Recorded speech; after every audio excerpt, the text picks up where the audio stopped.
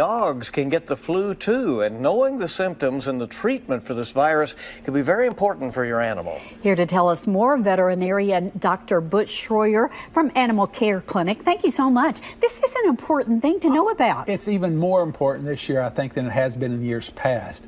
The dog flu, the original dog flu came out about 15 years ago as that one strain, and it was an equine strain.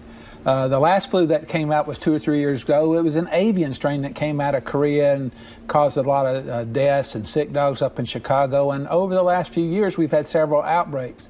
And as those outbreaks have occurred, they've gotten closer and closer to us here in central Kentucky. At this point in time, we've had confirmed cases in Georgetown, Frankfort, over in Anderson County at Lawrenceburg have had cases. They've had dogs, unfortunately, that have passed to the flu. I didn't realize that.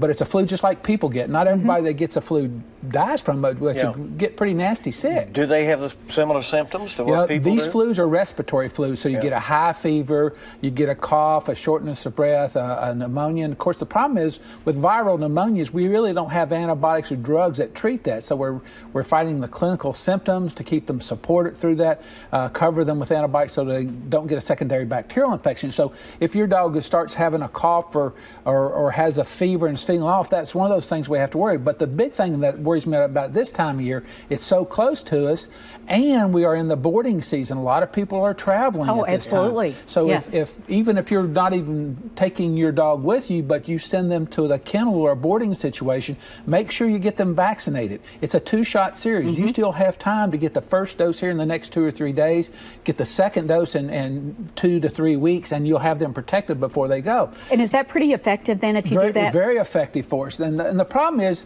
these dogs can be sick and shedding the virus before they look sick. So they're infected, and it's about a 20-foot radius from the dog that's infected becomes a contagion zone. So anytime you're seeing dogs that you don't know very well, you ought to have the flu vaccine. So I'd encourage everybody to get that done. The question I have, can dogs give it to humans, or can humans give it to dogs? Thankfully, at this point in time, this is a true dog flu. Now, originally, as I say, one was an avian, one was an equine strain, and those, as we know, flus change every time or periodically, and these guys mutated to become truly infectious to the dog and go dog to dog. But it will not. The dog flu does not get people.